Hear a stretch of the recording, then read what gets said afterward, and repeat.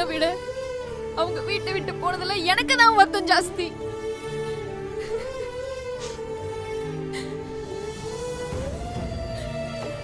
வாழ்க்கையை விட்டு போகணும்னா நீ ஓடு, இங்க யாரும் போற மாதிரி இல்ல. எத்த மாமாவை எப்படி பாத்துக்கணும்னு எனக்கு தெரியும்.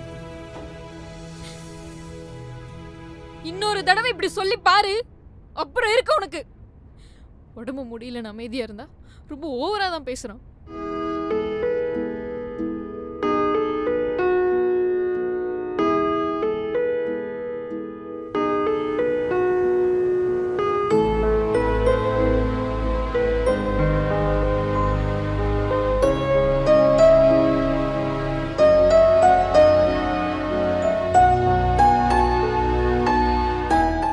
என்னங்க என்னங்க என்ன பண்றீங்க?